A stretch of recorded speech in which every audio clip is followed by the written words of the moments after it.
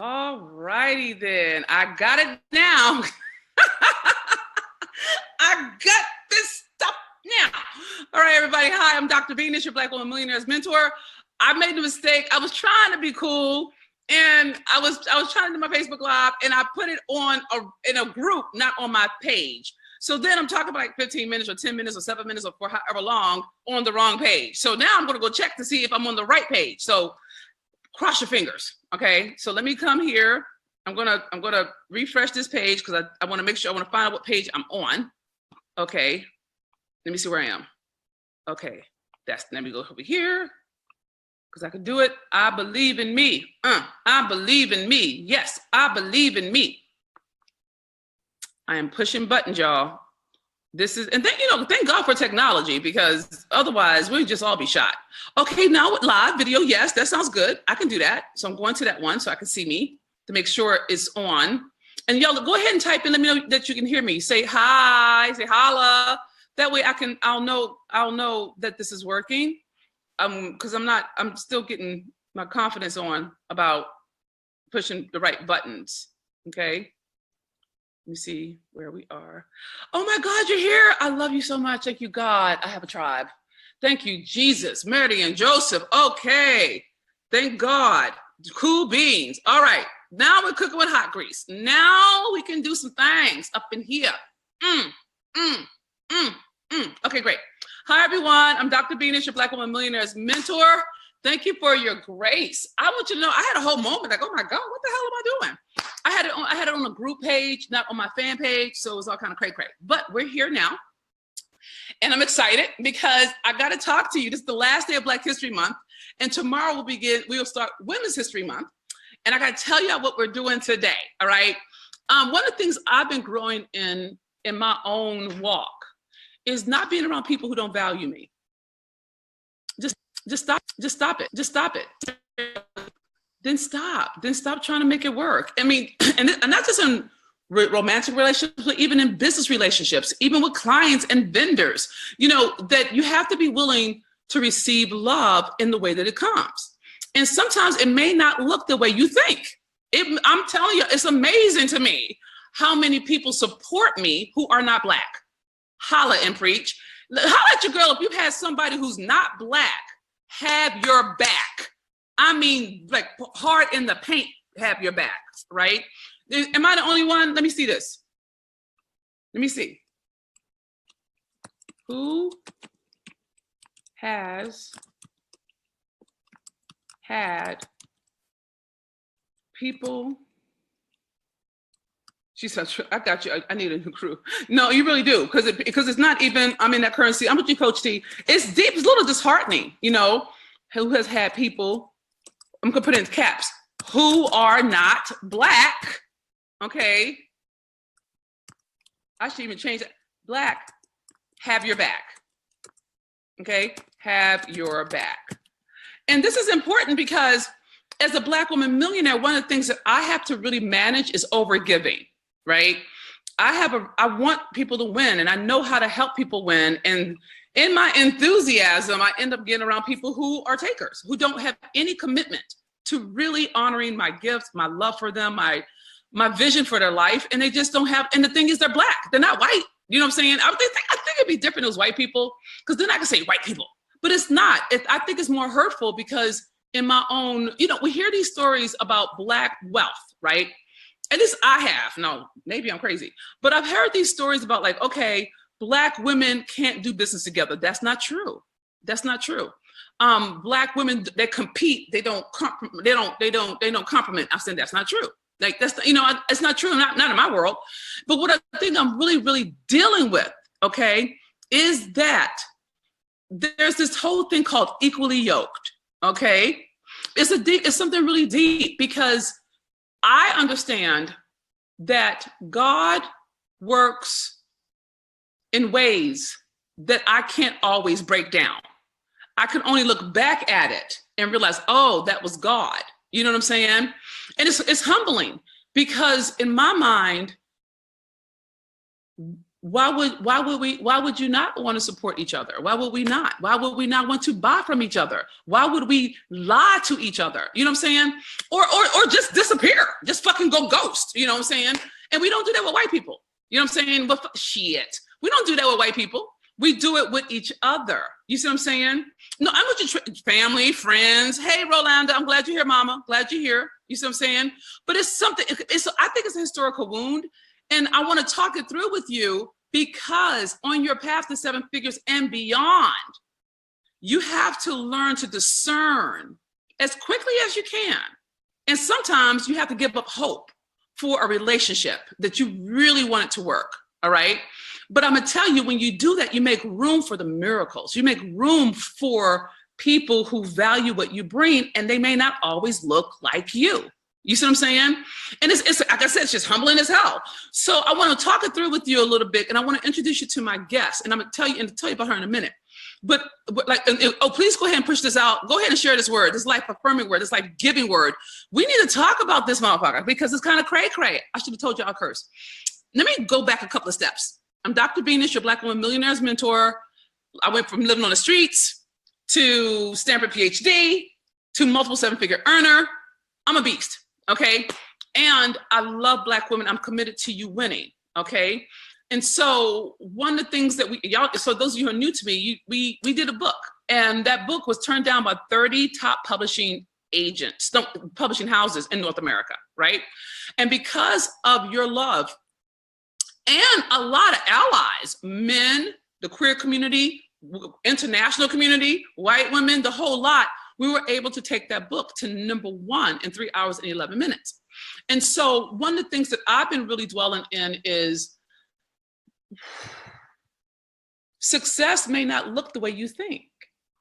I didn't even know, I'm gonna tell you, it shocked the hell out of me when we were pushing out for the book that white women were buying the book.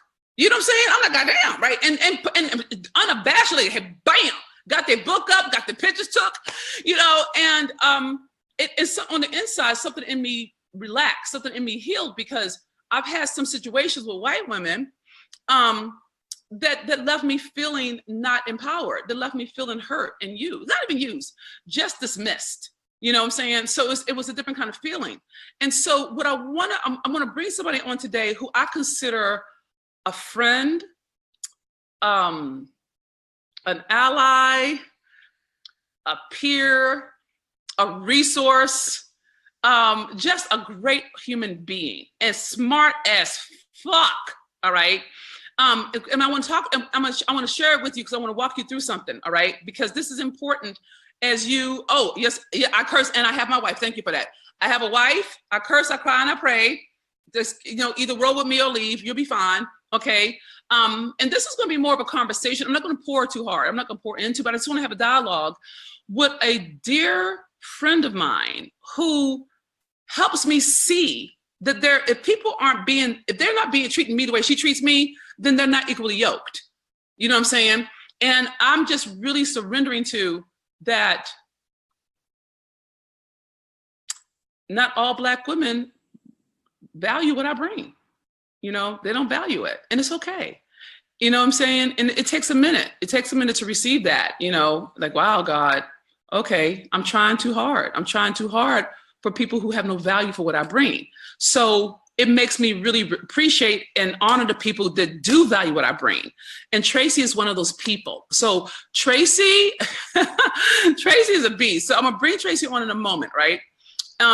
Tracy Engel is an attorney. She's smart as life, okay? She's generous, she's kind. She teaches other attorneys how to do the business of being an attorney versus just being doing the law stuff, right? And she and I have been rolling, we've been Facebook friends for like at least a few years, but we have the same peer group, we're in the same mastermind, and twice. But the reason I want to bring Tracy on is because Tracy has been fussing at me, y'all. Tracy, like, look, your book is for everybody. It's for every woman on every planet of every race. I'm like, Tracy, I love you. You may be right. I don't doubt you. Okay. Hi, Robin. Okay. But the thing that I love about her is she holds the space for the vision of my work being worldwide. All right. And so I want to have a conversation with her because we ran into some things when she was doing my book with white people saying, what the fuck's going on with you with this black book? All right. So with that being said, Tracy, can you come on up? Let me see if I can see you. There's the picture, but let's see your face. It's telling me that you're controlling it. Oh, that's true. It is, isn't it? Okay, I lied. Okay, thank you, co-host. Okay. Okay. There we go. Yay, Tracy. Yay, Tracy. Okay, everybody go ahead and start pushing out. Make sure you share this video, and I'll make sure you get the link to the tour and the book in a minute, all right? But Tracy, I want to take a couple of minutes to say thank you for making time and being so patient with me as I fumble with my technology thing. I appreciate you for that. And I'm gonna let you introduce yourself the way you want to be introduced, but I call you friend. Oh, thank you. I call you friend. Thank you. She said she would only be my friend if she could be Lisa's friend. So, of course, that's like the best ever, right? So I'm just very appreciative for you for taking time to have this conversation with me about really letting yourself be loved no matter how it looks and who it's coming from. And I feel very loved by you. I feel very supported by you, and for a number of reasons. And I'm saying this to you, but I'm also saying it to people so they understand.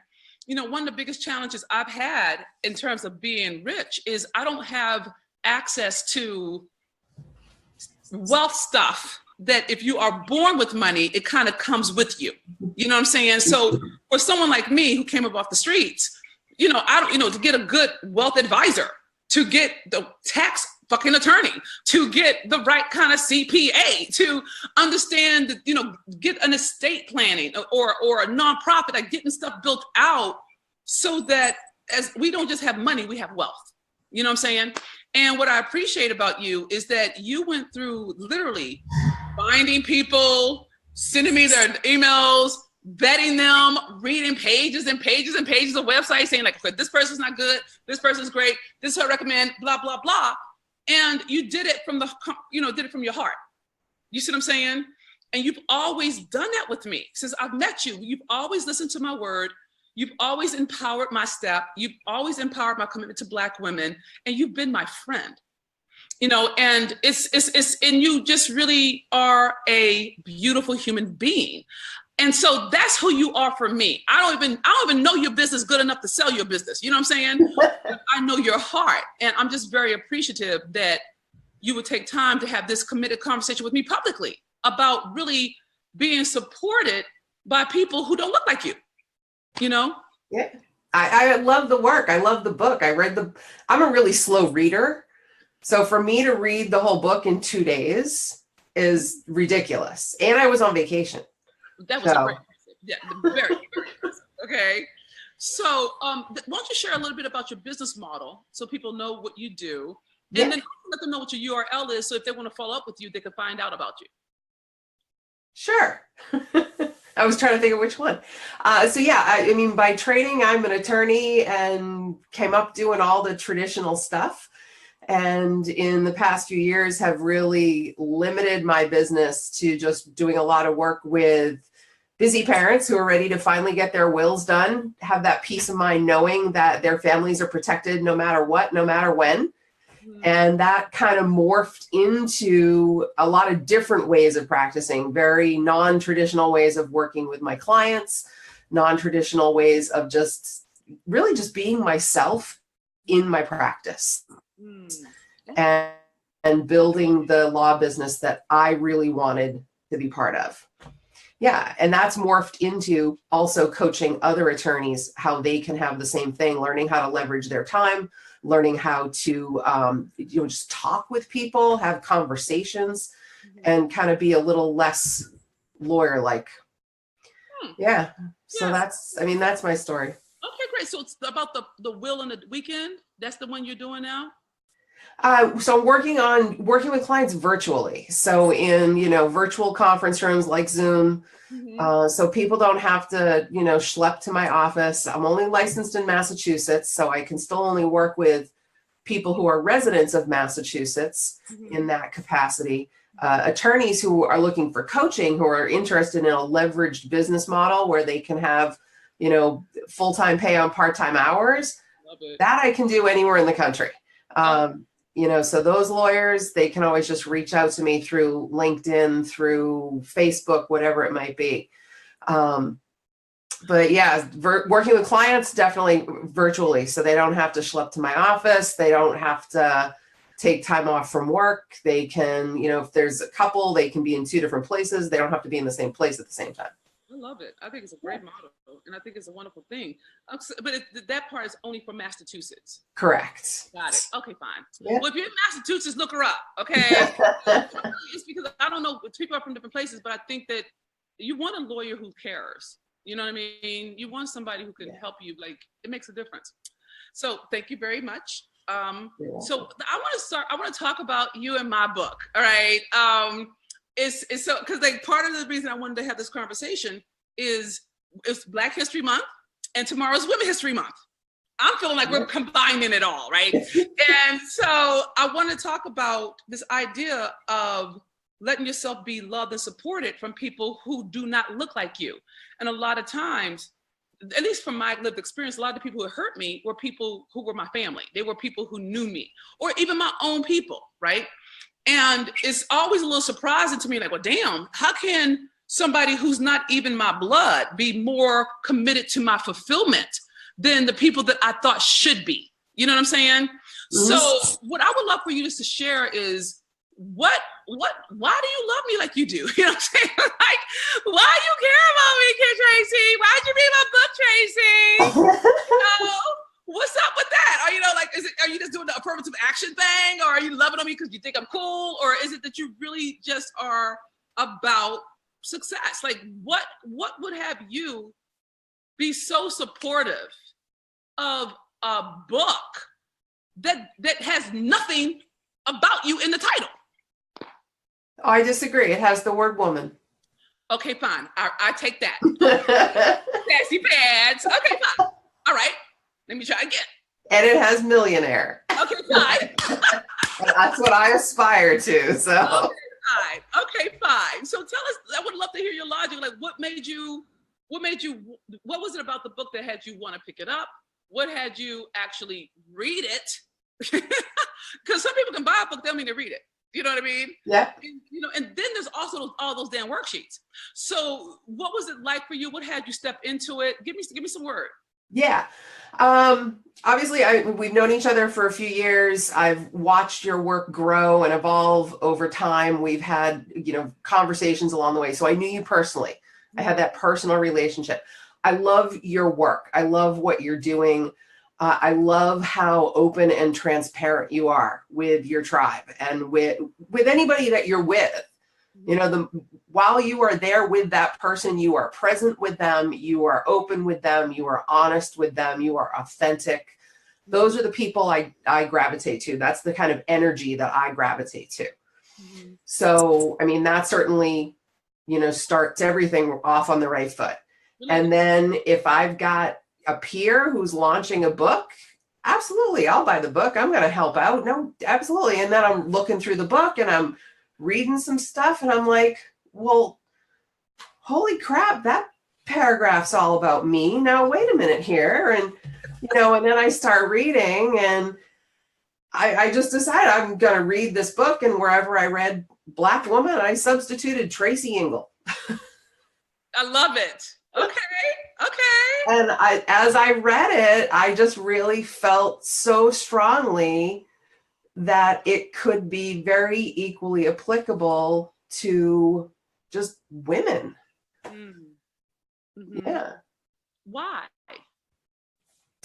Well, and so this is where obviously you and I have very different histories, right? I don't have your history. Mm-hmm. I don't have the Black women's history. Mm-hmm. So I completely acknowledge I don't even know what I don't know about having that history. So I want to honor that. I want to put that out there. And I want to make sure I'm clear that I am completely ignorant when it comes to that because I just don't know anything different. Mm-hmm. But as I was reading it and I was thinking to myself, okay, but if someone was not personally a victim of slavery, mm-hmm. then what we're talking about is cultural money wounds that have been passed down from generation to generation to generation, right? Right. So the wound that you're talking about is something that was suffered from a parent who suffered it from a parent who suffered it from a parent. Mm-hmm. Isn't it possible for me to have suffered a very similar or analogous Mm-hmm. situation that was passed down through my family, and now I'm dealing with all the same money wounds, even though they have different origins? Mm-hmm. And that was, as I was reading the book, that was kind of what was going on in my head, because there was just so much in it that I kept seeing pop up. Mm-hmm. Yeah. No, it's good stuff. It's good stuff. That's why we're talking about it. You know, it's part of the challenge I've had in my business is I've wanted Black women to feel loved. And I feel Absolutely. like a lot of times we're not put first. At least that's, and maybe it's me. I wasn't put first, you know what I'm saying? So I know what it's like to be pushed to the side or forgotten. And I wanted Black women, at least the ones that are mine to love on, I wanted them to know that they were first. Because I think that you have to have that experience before you can do it for yourself. Nana put me first as her child. You see what I'm saying? Yeah. She would have, literally, she would sit with the lights cut off to send me money when I was at school until her next paycheck. So I knew what she went through to make sure I could go to school. Do you know what I'm saying? So I felt first. I felt what it wasn't like a theory. I'm like, oh my God, the phone is off. I can't pay the bill because I got to pay for that. I'm like, you know what? I'm going to work harder. You know what I'm saying? Like it had its own impact. And part of what I realized in business is a lot of times Black women, when we go to white gurus, and I'm not even saying anything bad, that's why they're gurus. They know they shit, right? But it doesn't account for our lived experience. You know what I'm saying? So you end up having to kind of twist yourself into a pretzel. It's like a white woman going to an all male conference and they're doing all their male masculinity. And it's like, what the hell? You know, like, yeah, smash them. I'm like, what the fuck, right? Because, so you have to kind of either adapt to it, you know what I'm saying, or try to fit into it. You know what I mean? And then somehow or another, it changes you. You know what I mean? Yeah. And so I didn't want sisters. I wanted to have something where you felt first, but first was never alone. It was never that way for me, because even when I was coming up off the streets, there were people, men, women, churches that weren't Black that gave me food, that gave me shelter, that raised money for me, that took donations. You know what I'm saying? So and some people who did me dirty were Black people that I trusted. So it's been kind of like a tug of war thing. You know what I'm saying? Yes. So what I did with the book, the Black Women Millionaire book, and y'all grab it at www.theblackwomanmillionaire.com. Just if you haven't had it, it's fucking genius. Whatever race you is. And I've been really dealing with being loyal. Okay. Just to be, you know, I'm better now, but I used to feel guilty, hella guilty about being rich. So I tried real hard to not be rich, except I have rich people problems, you know what I'm saying? So that didn't go well. And I didn't want Black people to feel like I was talking down. So I think I overcompensated, you know, but in the end, what I've wanted is to have my life be useful. And when the book came out and I got all this love from all kinds of people, it actually healed some things. You know, I didn't realize how hurt I was by white privilege. You know what I'm saying? Because I don't think it's a person. I think it's a position. And a lot of times whenever I got to a certain point, white privilege, I would buck up into that, and it would just crash it. And then to have so many white people or non-Black people, you know, support me to get that to number one, it was like, whoa, it's a reorientation. You know what I'm saying? And so I'm saying all that to say that I believe that there are cultural wounds. Every woman has a walk and every person has pain. I think you're right. I think every culture, Jewish, Russian, Polish, Spanish, Native American, everyone has money wounds that impact their women. You see what I'm saying? So to your point, I think that what you're saying is true, that it isn't, that the book isn't applicable. But I love the way you just kind of substitute your name into it, right? So I want to touch base on this situation where Tracy was loving on me. She had taken a picture of the book with her in it, and there was this white woman who was like, "Well, you're not Black." So can you talk about that exchange, because that was hilarious? Oh, that was my friend Adriel. That was actually a guy. Oh my God! Yeah, that was my friend Adriel. Adriel likes to troll people on Facebook, so you know. Okay, I'm gonna let you have that. He was just trying to be funny. No, I didn't catch it. Yeah. But he was like, "What?" I was like, "So tell him about it anyway." Even though he's your friend, I was like, I came in the middle of the conversation. I was like, "What the hell?" Right? Yeah, he was pointing out the obvious. Okay, fine. So. Okay. And so, thank you, Robin, for posting that. And so that was, but he was like, and she's like, "I don't care, blah, blah, blah, blah, blah, blah, blah." And so what were there some exercises in the book that really struck you personally? So I'm still working through them. Some of them are deep. I mean, some of them are really hard to think through. Some of them are really hard to pull. And some of them, the answers just come, right? And some of them, I search and search and search. But what I find is they're sitting in the back of my head. And I realized today, I was in a networking meeting today, and someone was giving a presentation, and I thought to myself, well, I'd like to give a presentation to this networking group. When are they going to ask me if I want to do that? And I thought, oh my God, why am I sitting here waiting to be invited? Well, why were you? Well, and I think that I've got to find the right exercise. But I think it all stems, you know, you talk early in the book about the things that we learned. You talk about it as being the things that you learn, you know, as the slave in the house and in the manor. And I read it as the things that I learned as a very young child. What were the things I learned? And one of the things that I learned early on was to, be quiet and stay in my place and don't be selfish and, don't rock the boat. And I was thinking about it, and it just pops up today. I'm like, why am I sitting? I always wait to be invited. Why do I not just put out and ask for what I want? And it's definitely a way I hold myself back with money. I don't just go for it. I don't just say, hey, I want to do this. Where's the opportunity? Okay. That's fresh.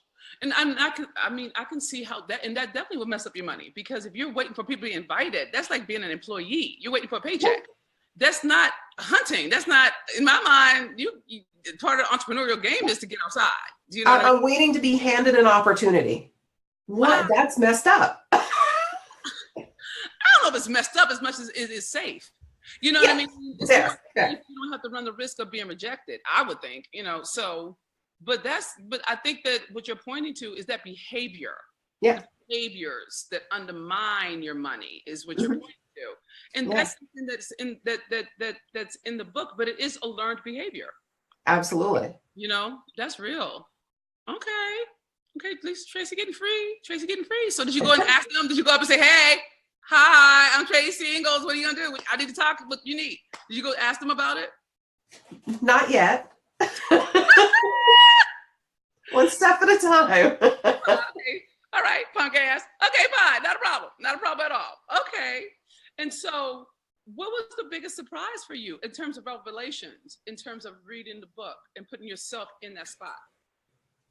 The biggest surprise, I think, was, I'm trying to go back and find all my highlighting too, so I can remember. Oh, I'll tell you the biggest surprise. At the very back, you have all photos of, if you don't have the book, you don't know what I'm talking about. So you got to go get the book so you can know what I'm talking about. There's a bunch of photos of very famous people, which one of them, I had no idea who it was. So little Wikipedia action. I was like, damn, I was totally shocked to see the Wright brothers there. I don't know why, but I was like, there's a couple of white boys they don't get much whiter than that. No, they were white bread. Okay. No. Yeah. Hell, out there would have an airplane. I need airplanes. I love them. Okay. Shit. Thank you, Wright brothers. But what was really, that exercise in particular was interesting because you had people write out, you know, what is it when you look at these people? What do you think of? What pops to your mind? And then after I get through all the pictures, you point out that what we pick out in others is that which already exists in ourselves. Well, I've always heard that in about the negative things. So the thing that annoys me in somebody is a trait that annoys me about myself. It never dawned on me to flip that around to the positive. So that was just kind of mind-blowing. Wow. That exercise in and of itself. No, thank you for that. You know what? That's a good point. A lot of times we are trained to identify the negative in people. Yeah. And then they say, well, turn it back on yourself. Because whatever you see in someone else, you see in you, right? But you know what? And the thing that my mind went to, well, what must your come from be that, and I'm not saying you personally, I'm talking about all of us, that we're easy to see the negative. That it doesn't even occur to turn. Doesn't even it's not even an option to turn down, to actually look at the positive of the thing that you identify with. So you can identify with someone who's a sassy pants or someone who's a critic, but you can identify with Gandhi. You know what I'm saying? Yeah. So that's deep. You're right about the deep. Yeah. I think you're right. Okay. So that, and then just the whole idea of, the self-image. So you will never out-earn your self-image, even if it's positive, because your self-image is rooted in survival. I just that whole concept. You know, I always think of, oh, well, self-image, it's this great thing. And but then I was reading the book and I'm like, no, it's actually sort of the lowest common denominator. And that was, again, it was taking something that I had always known and flipping it on its head, and it gives it a completely different look. Yeah. I'm a flipper. I flip. No, this is good. No, thank you for sharing. Because I've been living with the concepts for 30 years. So to me, what's the problem? What's the problem, right? But this idea that people don't. I was talking to somebody today who's brilliant, beautiful, fantastic, smart as the whip, right? But just chokes when it comes to money. Just fucking chokes, right? And the choke is unfounded. You know what I'm saying? It's like if your ass was on the fucking streets, or if you were, living in an apartment, some shit like that, I'd be like, all right, you have grounds to choke, all right? But this is not the case. This is someone who's extraordinarily accomplished, right? But the idea of, oh, I don't see how I can pay something or pay for something. So shrinking in, you know what I'm saying? And pulling back versus leaning in and breaking through. You see what I'm saying? Because when it comes to becoming a 7-figure earner, it's all lean in. There is no fall fucking back. You know what I'm saying? You fall back and you lose the ground you fucking took. So there's a whole kind of reimagining of the self that is required to give yourself the permission to go through the discomfort and stay the course. And Tracy, most people, they would rather cower than climb. Sure, it's safer. But is it really safer, Tracy? The devil we know is better than the devil we don't. And the thing, I might do this thing all day, every day, and it sucks. But I know exactly what I'm going to get from it. I can figure it out. I can work it. This other thing might be like 10 times better, but it might not be. I know what I got with this. I just think that I hear that word and I understand it. But when I think about it, and I look at this shit on a regular basis, because I do money all day. My job is to come up with money. This is what I do, right? I make fucking millionaires. So I'm thinking, okay, what the fuck would they buy from you that you ain't even considering? You see what I'm saying? Yeah. If I put some shit out for you so you can see how that motherfucker works and you still scared, to me, that means that's not fear, that's fucking arrogance. Because you're not willing to do the real work to actually implement some shit so it works.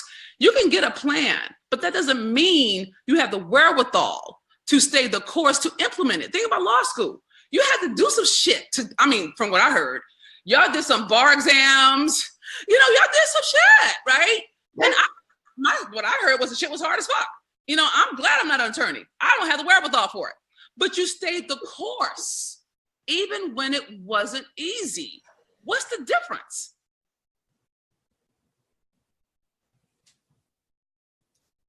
I think it's a great question. And I think it goes back to the self-worth issue. Really? I know for me, there are times that I will go do things just because I have the thought never even floats through my head that I shouldn't be able to. Okay. It just never even pops up. And there'll be things that I do just because I know I'm supposed to. And that's the next thing. And that was law school. I knew I was just supposed to do something after college. So it was law school. So that's what I did. Okay. But then when there's something when I am choosing it, then it gets scarier. And I think that gets into a lot of the exercises, the earlier exercises in the book about, you know, how did these thoughts and beliefs hold us back? Okay. You know, and the whole idea of self-worth. And one of my other highlights was, you know, now you can command top dollar because you know in your bones that people buying from you it's not a reflection of your worthiness, but a demonstration of their commitment to themselves. Yep.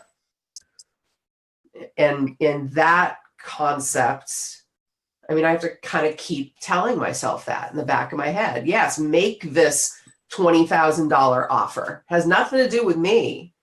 It has to do with whether or not this person is committed. I can help them get what they want. I can teach this lawyer how to get where they want to get in their practice. And, you know, if they're committed, I can help them get there. And but, you know, that's the thing that after, because what you're pointing to, I understand the automatic of it. You see what I'm saying? And I really do. And the truth, Tracy, is it could just be me. You know what I'm saying? It really could just be me. Because in my mind, if you have overcome some shit, if you've made it through school, if you made it through a job or a divorce or bankruptcy, in my mind, that is proof that you can do whatever the fuck you want to do. Yeah. And how long did it take you to get to that place? You've been growing and building your business over how many years? Well, the business part is the easy part. That's only 7. It's taken me 30 to get free. Okay. And so your point is well taken. The thing that I bump into, and it could just be an evolutionary thing, because I'm starting to think I'm actually starting to think that it's more spiritual than I realize. Because I thought it was a matter of teaching people steps. You know what I'm saying? Showing them the steps, taking this da-da-da-da-da-da. But what happens is when you are not emotionally fucking available for yourself, fuck that nigga over there, for yourself, you kind of disappear all the good shit you did in the past. And you only are focusing on the shit you can't see in the future. You know what I'm saying? And I think that's a spiritual wound. I don't think that's a willpower thing. I think it's a willed blindness. You see what I'm saying? Because you're disavowing all the things that got you successful. So if you have a hard work ethic, you know what I'm saying, Tracy? Let's say you have a hard work ethic, right? Well, you got that because your ass got beat and somebody said some bullshit to you, or you needed the money. You know, you earned that ethic. You know what I'm saying? You weren't like rah, rah, rah. You earned that work ethic. You see what I'm saying? Yeah. And a lot of times we work hard to avoid some kind of penalty. I understand. Well, if you know you are a hard fucking worker and you want to make money, then you have a history that's proven that you are a hard worker. Why the fuck would it work over here? Why would it not work in the same arena? That's the shit I'm dealing with. Why would you disavow the fact that your ass is a hard worker and that would not be sufficient when it comes to your money?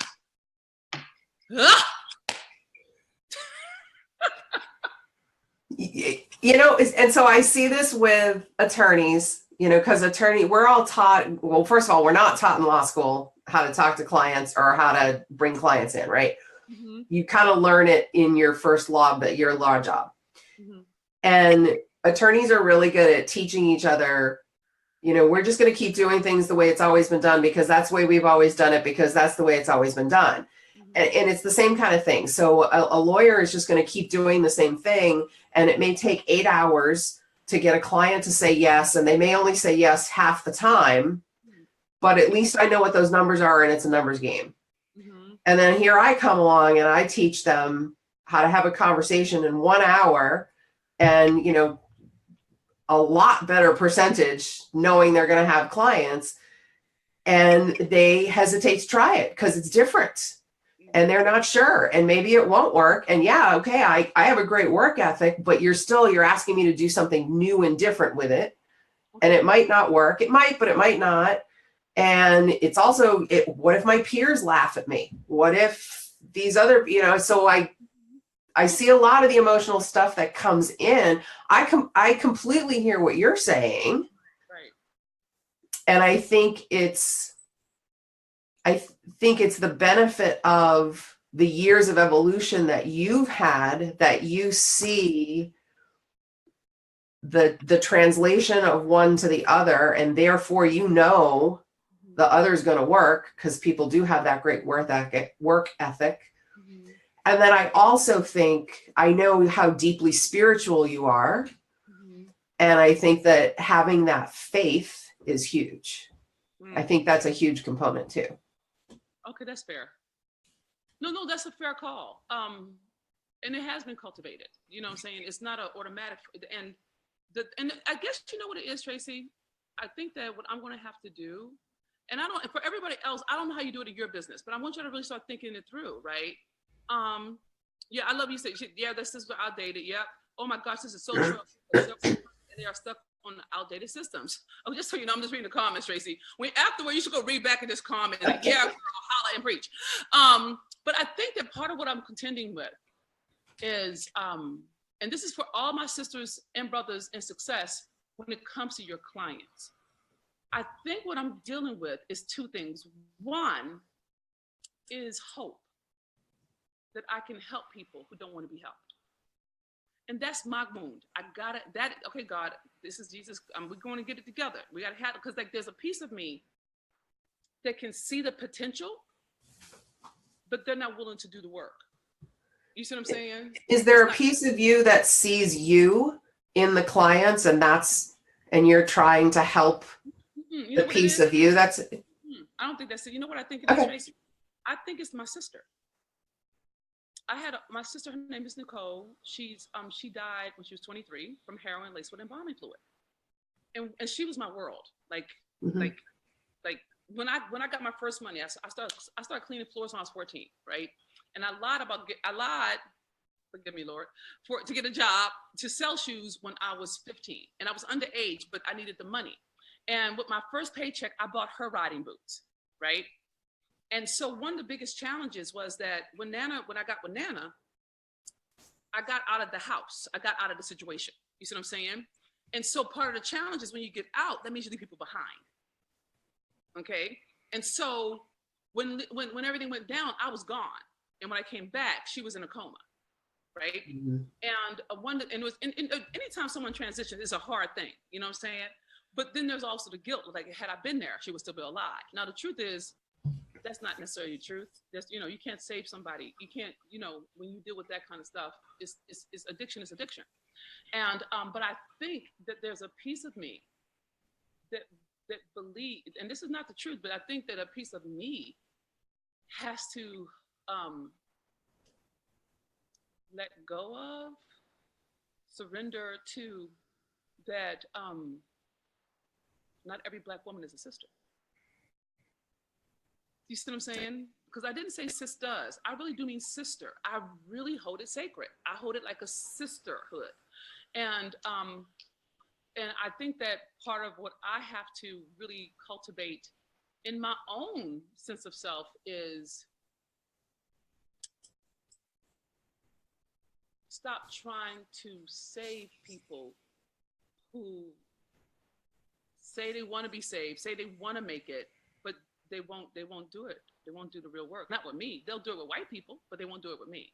You know what I'm saying? And it's painful to watch. It's like, whoa, And then I was saying, it's like there's this whole myth in black culture that says, oh, black people don't do business with black people. That's not true. We try. But after you get burnt enough times, you stop. But then you as the rich person, like, oh well, you left your people. Like, what the fuck? I didn't leave. You fucking kicked me out because you weren't willing to honor the gift. You see what I'm saying? And I think that I have an attachment to having Black women who seem like they're successful, okay? Who seem like their peers, like that we're equally yoked, and we're not, because of the emotional maturity, because of the healing, not because of the skin color, you know what I'm saying, or education. But then I bump into somebody who's not Black, like a Tracy, who's, back in we rolling hard in the paint. You know what I'm saying? Like, oh, we do. Right? And seriously, like, it's this support. There's this love there. Like, you engage with my shit. You know what I'm saying? I think the first time I mentioned something about, it seems like this work could be for any women, and you know, absolutely not. Okay, little tender, but I'm growing, I'm evolving. And it's because of people like you that I'm starting to understand that love and support doesn't have to look like it comes from me, like from people who look like me. And that's one of the reasons why I wanted to have this conversation with you, because I think we have an unspoken lie in Black culture that says Black people support each other or Black people don't. But we don't have a conversation about what does that look like to let yourself be supported and loved by people who may not be who you thought. It could be a man. You know what I'm saying? You just happen to be a girl. You know what I'm saying? But I put Paul down a couple of weeks ago. He's a Jewish man. I never saw that shit coming. You know what I'm saying? But it's important to have the conversations, because I think that in this climate that's designed to pull us apart, you know what I'm saying? It's nice to be pulled together and like in real time. And it matters to me, I think that I don't want my people to think that I did it all by myself. You know what I'm saying? But what do you think? Am I tripping? No, I mean, I think we all need a tribe, and I think tribes look different. Everybody's tribe is different. I mean, you and I have had the conversation that I look at your work, I look at this book, I love this book, I have recommended this book to friends. If you came back to me and said, I hear what you're saying, but these are the people I'm going to work with, respect. I get that. I have certain people I like to work with over others. We all have people that we gravitate to. We all have people that gravitate to us. For me, it's always about the energy of the person. It's not about skin color. It's not about gender. It's not about anything other than the energy that they live in, that space that they live in, and how they choose to live their lives, and are they good people? Are they not good people? Whatever it is. And I think, we have the family that we're born to, and then we have the family that we choose. That's real. That's a whole nother level of born to and choosing, you know what I'm saying? Yeah. Your point is well taken. I think it is energetic. And I don't think you really know until you've had some time with people, because I don't think people's energy is consistent. You know what I mean? Like no, absolutely not. I mean, we evolve, our energy evolves. Absolutely. Yeah. And people can lie. People can talk a good game, but when it comes time to actually do something, specifically when it comes to money, not just like I'm always talking about money, right? I think that money tells you the truth about people. You know what I mean? I think people who are cheap, it will show up in how they do their money. Mm-hmm. People who are generous, it will show up in how they do their money. People who are hold it over your headers, it'll show up in how they do money, because money doesn't lie. It always tells the truth. And it's part of the thing that I have been cultivating in my work and with my women is if you're so in survival about your money, I don't want it. I won't take it. Keep it. Because energetically, that's a fucking mess. And I wanted to ask you a question around that, because you talk in the book quite passionately about people who say, I can't afford it. Oh, girl. and I was reading that. I'm like, oh yeah, I can't afford it. And you're texting me that on your, your iPhone, whatever, the iPhone 10 with the extra special whatever. And I get that. What do you say to women who say, I can't afford it? I'm trying to figure out how I'm making rent next month or how I'm putting food on the table next week. That's a great question. I have a distinction between people who are in survival and people who are just punk ass. If you're like, you have to keep in mind, I was on the streets. So in my mind, if you're not on the fucking streets, you can do this. Because my point of entry is lower than most, right? So if you're like, for example, when I go to tour, right? I'm touring. Oh, someone put this in blackwomenmillionaire.com/tour, grab a seat. I'm coming to a city near you, Detroit, you're next. So when when I'm touring, if you can get in my room, you can afford my rates. Now you may not see that. It may be like, oh my God. She said, what? And I expect them, for first time people, for people who it's their first investment, I expect that. They're like, whoa, right? I expect that. But this is what I've learned, that until you get past the fear of investing in yourself, you will not be able to become a millionaire. So if you're not committed to becoming a millionaire, then why are you fucking with me? Why are we even, I don't even know how to talk to you if we're not doing that. You know what I mean? So when people say they can't afford it, what they mean is they can't see how. Mm-hmm. That's all that means. And what they're looking at is the money they have in front of them. Or they're looking at their credit, or they're looking at their credit cards, or they're looking at, oh, I got all these payments. I'm like, yeah, but you're fucking brilliant. Why not bring some creativity to it? You know what I'm saying? Literally, I just created some shit for somebody. It's like, oh my God, if they just did what I said, that shit they wouldn't have to worry about money. You see what I'm saying? Yeah. But money is creativity. It's not a job. You can drive Uber and get some fucking money. You can deliver pizza and make some money. You can do Facebook Lives and make some money. There's no shortage of money making. Do you see what I'm saying? Yeah. So when people say they can't afford it, I'm like, that's a lie. That's called fucking lazy. And then they have to deal with me on that one. You see what I'm saying? Because don't you think it's fear too? I still think there's an element of fear in there. There's an element of faith. I think you're nicer than me. I think you're very nice. I think fear is just a false prophet. I think we say fear, but what we really mean is we don't know how. We don't call it by its name. We hide it under this rubric called fear. Well, what the fuck are you afraid of? Are you afraid of rejection? Are you afraid of someone telling you no? Are you afraid of winning? Are you afraid that you're weak? Because then we can deal with what's the real thing. It's like, I'm afraid that I won't be able to earn the money. Have you fucking tried? No. Then you can't tell me you're afraid of it because you haven't tried. So until you try and fail at it, then we have some basis. Okay. But if you haven't tried, then we can't. I don't believe that fear. I think people use fear as a scapegoat to not engage. Okay. And I'm thinking it also ties back to the self-image and self-worth piece too. Oh, people use fear. Oh, it's fear. No, I haven't tried. I'm trying to remember where you have something in here. I'm going to find it. But I'm thinking it ties back to the self-image and self-worth piece. No, I haven't tried because in my heart, I don't believe I could accomplish it or I could achieve it. That's true. I think that that's more real than fear. Okay. To me, that's a different. Fear does not say that. That's just being honest. You know what I'm saying? Yeah. That's, you know what? I don't think people will. I don't think that that's a different conversation. Because if we get into that conversation, that to me, that means that you don't have the training. In my mind, every time I've moved, every time I've reinvented myself, right now I'm reinventing myself from social media to mass media. I was talking to my Hollywood team today. They pitched my shit to 40 people. Well, in the next couple of weeks, she's going to be popping off, right? And so, but that's a reinvention of self, right? When I was coming off the street, my fears are more functional, like shit, who gonna feed me? I was like, where can I sleep?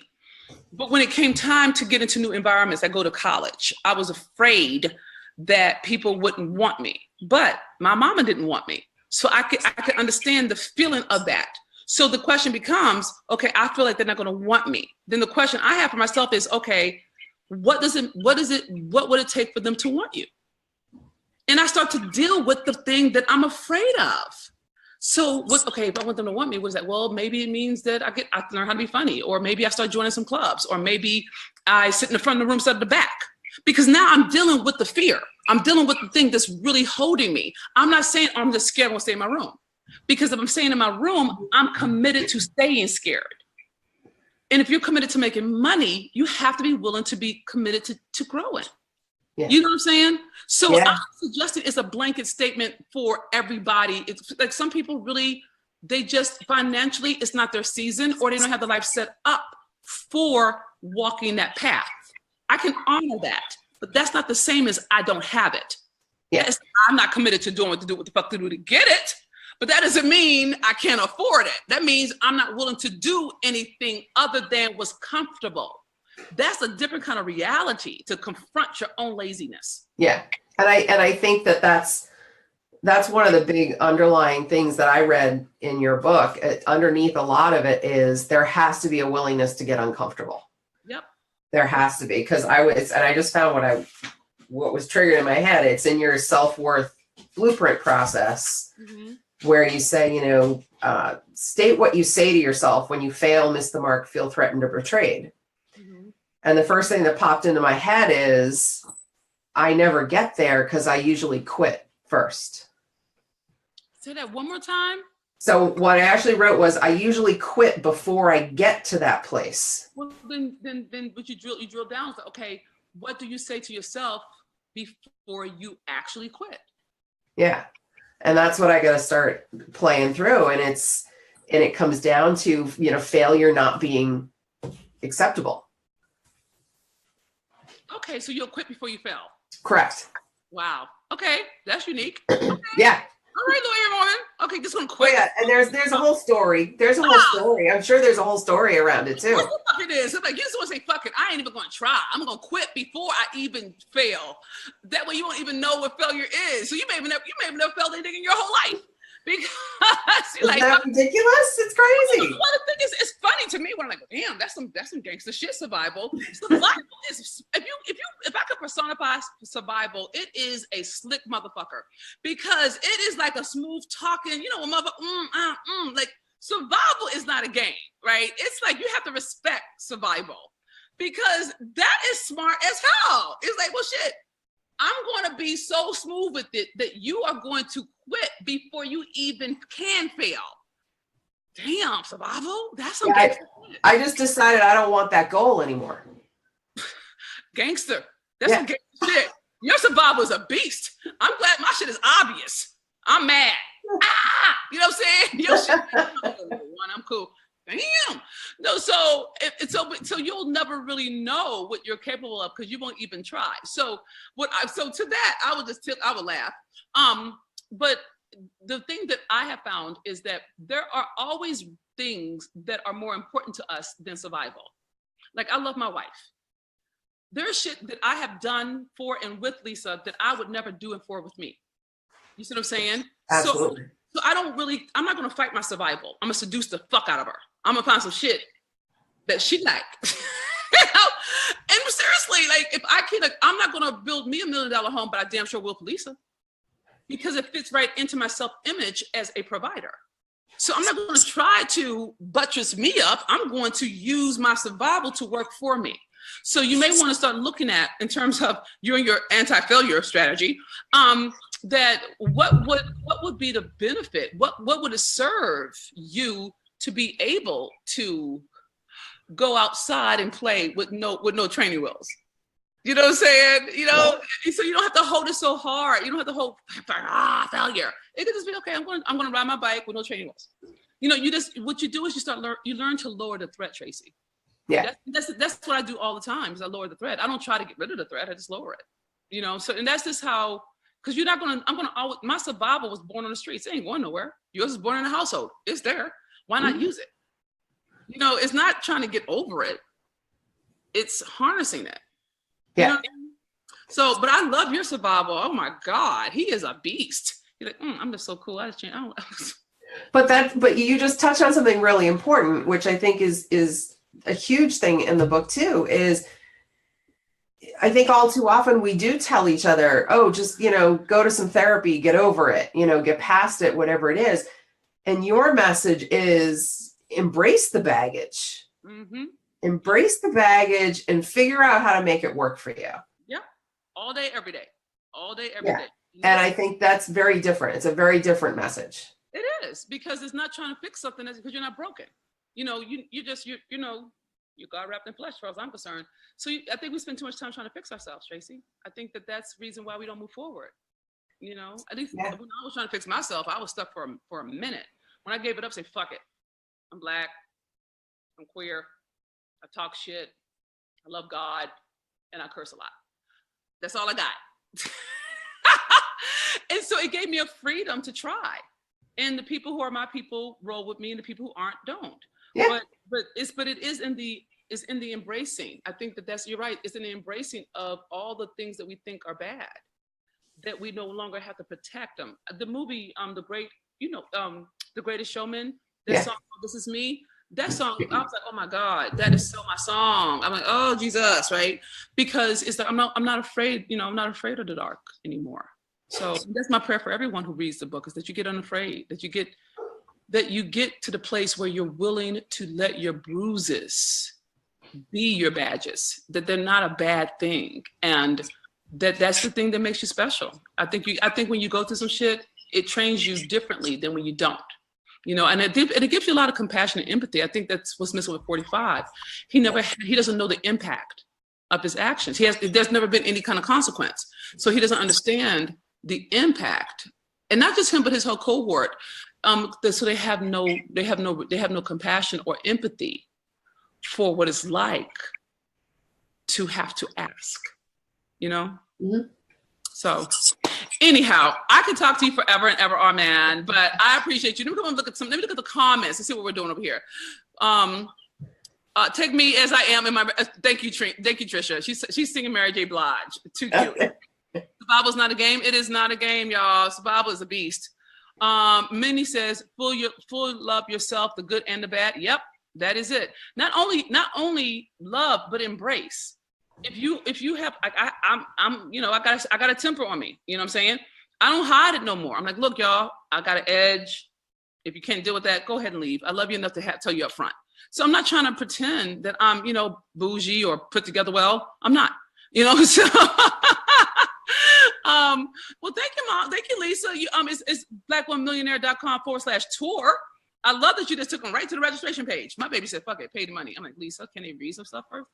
Okay. But thank you, ladies. And Tracy, thank you for taking some time to be with me today. I adore you. God for you. I hope this was as good for you as it was for us. It was. I want you to go and read through the comments and just so they can hear your word and just love on them a little bit, because you're here and I'm here and we're here, okay? But I really appreciate you for supporting me with everything, with the book, with access to people who can help us with the wealth thing, or listening to my tirades and help me think through the concept. It's great to have someone of your caliber as a friend, as a peer, and just as a great person to hang out with. Oh, thank you. You're welcome. Same, right back at you. I mean, you've always been very free and generous with in our mastermind group with your suggestions and ideas, and they've been some pretty spectacular ones too. Thank you, Madam Tracy. I received very well.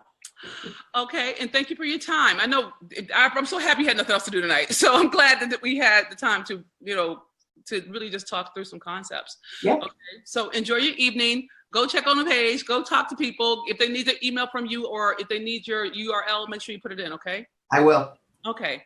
All right, everybody. Say bye, Tracy. Okay. Bye. So that's Tracy. I'm going to move Tracy, and I'm going to just wrap up with you ladies so that I can make sure we get everything done in a timely fashion. And let me see if I can let me see, where's Tracy? I can do it. I can do it. I can do it. I can do it. I can do it. I believe in me. Yes. Yes. Yes, I did it. Yeah. Okay. All right. So ladies, how was that? Did you like it? Did you like that? No, I think it was a great discussion. I really appreciate it. And I love that she would take the time. And I just want to model for you that, things don't have to look a certain way to have them work. In fact, I'm going to be I I'm going to be doing a talk with Microsoft on the 8th. I'll tell you about that soon. But I just wanted to just tell you I love you. Thank you for being my tribe. Thank you for being with me as we walk through concepts, because that's what I do. And Detroit, where you at? Okay. No, thank you, Angelique. We'll be in Detroit in a few weeks, March 17th. So Detroit, where you at, baby? Where you at? Grab your seat. We're looking forward to being with you, loving on you. And thank you for sharing. Thank you so much for sharing this word, this life-giving word, this life-affirming word. Please continue to share it and post. I'm excited to really just start to, not even start, just to keep feeding and empowering Black women to empower ourselves, okay? And that happens by virtue of us sharing, okay? So please share this video, okay? Thank you. Woohoo! I love the woohoo. No, thank you, Anita. It was a great discussion. And I'm going to ask you, when you said great discussion, what was great about it? What was great about it? You know, make it plain, okay? D said, appreciate your effort to go deeper and understand journeys that might not be like yours. Thank you, D. I appreciate you for noticing. Okay, so Joy said, what happened? We just had a guest. Her name is Tracy Ingalls. She's an attorney and a good friend of mine and a peer. She's a white woman who really empowers me and really starting to be, really have a dialogue around love and support come from different places that may not look like you. And I'm saying that because I'm noticing it happening in my life. And I want to make sure that you give people their due and you tell the truth about who's for you. And that is a good thing to let yourself be loved. I think God will use whomever God needs to use to get the job done. Okay. All right, ladies, know that you're loved. For all my sisters in success, please go to www.theblackwomanmillionaire.com/tour. Detroit, we're up next. We got Baltimore, we got Miami, we got LA, we got Chicago. We have 8 more tour stops. So please grab your seat. There's only 100 seats in each one of these tour stops. Grab them early so you get a seat. Okay. I love you in that agape way. And remember this, you're worth so much more than you have ever been taught to believe. And if you want to make your mark, make the difference you were uniquely crafted by life to make, and manifest millions on your own terms with ease, you have to heal your heart. I'm Dr. Venus, your Black Women Millionaires Mentor. Please grab your seat and share this video. Goodbye for now. And I have to come to this screen to cut it off because I can do it. I believe in me. I believe in me. Yes. Goodbye for now.